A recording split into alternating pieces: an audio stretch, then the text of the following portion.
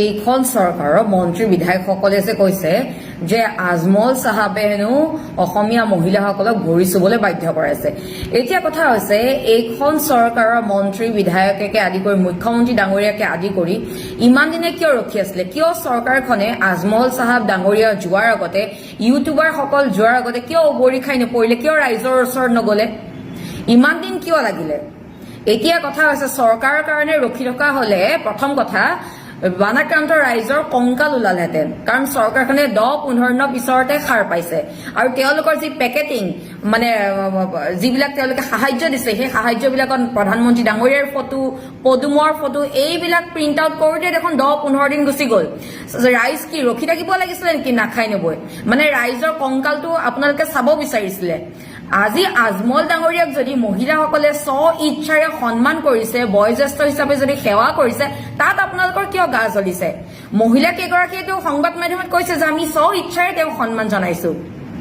আৰু কি কৈছে যে আজমল ডাঙৰীয়া মানে বাংলাদেশী হয়। ঠিক আছে, আজমল চাহাব বাৰু বাংলাদেশী, মানে এইখন চৰকাৰ ব্যৰ্থ হয়, এইখন চৰকাৰ মন্ত্ৰী বিধায়ক মুখ্যমন্ত্ৰী ডাঙৰীয়া ব্যৰ্থ মুখ্যমন্ত্ৰী হয়, যাৰ বাবে এজন বাংলাদেশীয়ে আপোনালোকৰ ভাষাতে কৈছো বাৰু, যাৰ বাবে এজন বাংলাদেশী আজমল ডাঙৰীয়াই বিধানসভাৰ ভিতৰত শপত লৈ বিধায়ক হিচাপে এজন বাংলাদেশীয়ে সাংসদ হৈ থাকিলে অত বছৰে। তেন্তে এইখন চৰকাৰে কি কৰি আছে? মুখ্যমন্ত্ৰী ডাঙৰীয়াই ৰাষ্ট্ৰীয় সংবাদ মাধ্যমত কৈছিলে যে তেওঁ হেনো ৰাতিৰ আন্ধাৰতে বাংলাদেশী খেদে আৰু ফটোবিলাক নিজৰ ফেচবুক একাউণ্টত ব্লাৰ কৰি দিয়ে। ৰাতি আন্ধাৰত সেইকাৰণে বাংলাদেশী খেদিব নালাগে, ৰাইজে দেখাকে খেদিব লাগে। তেতিয়া আজমল ডাঙৰীয়াও আজি ইয়াত নাথাকিলেহেঁতেন, বাংলাদেশত থাকিলেহেঁতেন। যদি আজমল ডাঙৰীয়া বাংলাদেশীয়ে হয় তেনেহলে প্ৰথম কথা এইটো উত্তৰ দিয়ক যে বিধানসভাৰ ভিতৰত কেনেদৰে বিধায়ক হিচাপে শপত গ্ৰহণ কৰিবলৈ পালে। এতিয়া আপোনালোকৰ এইখন চৰকাৰ মন্ত্ৰী বিধায়কৰ লাজ লাগিছে। অসমীয়া মহিলাই ইচ্ছাৰে তেওঁক সন্মান কৰাৰ কাৰণে ভৰি চোৱাৰ কাৰণে আপোনালোকৰ লাজ লাগিছে। তেনেহলে সেই লাজ ক'ত গ'ল? যিটো সময়ত আঁচনিৰ নামত যে মহিলাসকলক সাৱটি ধৰাগে, চুমা খাইগে, মুখ্যমন্ত্ৰী ডাঙৰীয়া দেখোন নিজে এটা ভিডিঅ'ত কৈছিলে যে মোৰ হাতৰ আঁচুৰ খাই গৈছেগে। এইবিলাকত লাজ নালাগে?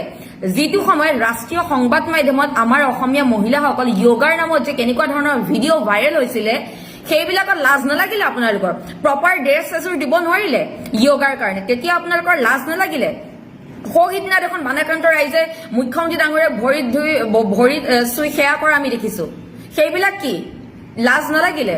আপোনালোকে বাংলাদেশী খেদাৰ কথা কয়। এতিয়া মানে আপোনালোকৰ কৰ্মকাণ্ডবিলাক দেখি এনেকুৱা লাগিছে বাংলাদেশী খেদা মানে আপোনালোকৰ এনেকুৱা ধৰণৰ ফেন জ্বলাই ঘৰ সাৰা আৰু অসম চৰকাৰে বাংলাদেশী খেদা একেই কথা।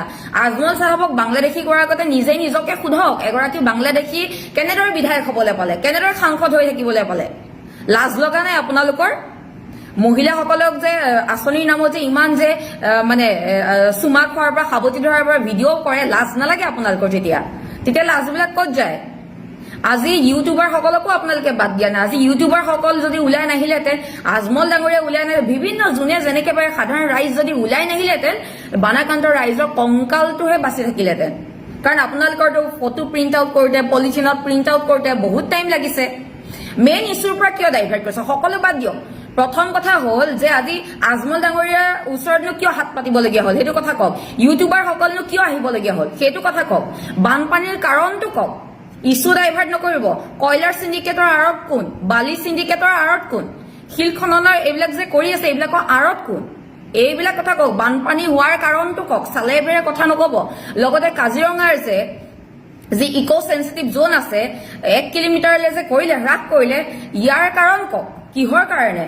ৰোড মেপ আছে, চাইণ্টিফিক ৰিজন আছে, ৰাইজক দেখুৱালে, এইবিলাক কথা কওক। চালে বেৰে কথা নকব। ৰাইজ ইমান মূৰ্খ নহয়তো। তেতিয়া আপোনালোকৰ লাজ ক'ত গৈছিলে? আঁচনিৰ নামত যে মহিলাসকলক যে ইমান যে মানে অলগুটি কৰিছিলে, তেতিয়া আপোনালোকৰ লাজ ক'ত গৈছিলে? বাংলাদেশী বুলি কয় আজমল চাহাব। তেন্তে আপোনালোকে কি কৰি আছিলে বিধানসভাৰ ভিতৰত? ব্যৰ্থ আপোনালোক, এইখন চৰকাৰ ব্যৰ্থ, মুখ্যমন্ত্ৰী ব্যৰ্থ, মন্ত্ৰী বিধায়ক। অসম চৰকাৰে বাংলাদেশী খেদা আৰু ফেন জ্বলাই ঘৰ সৰা একেই কথা।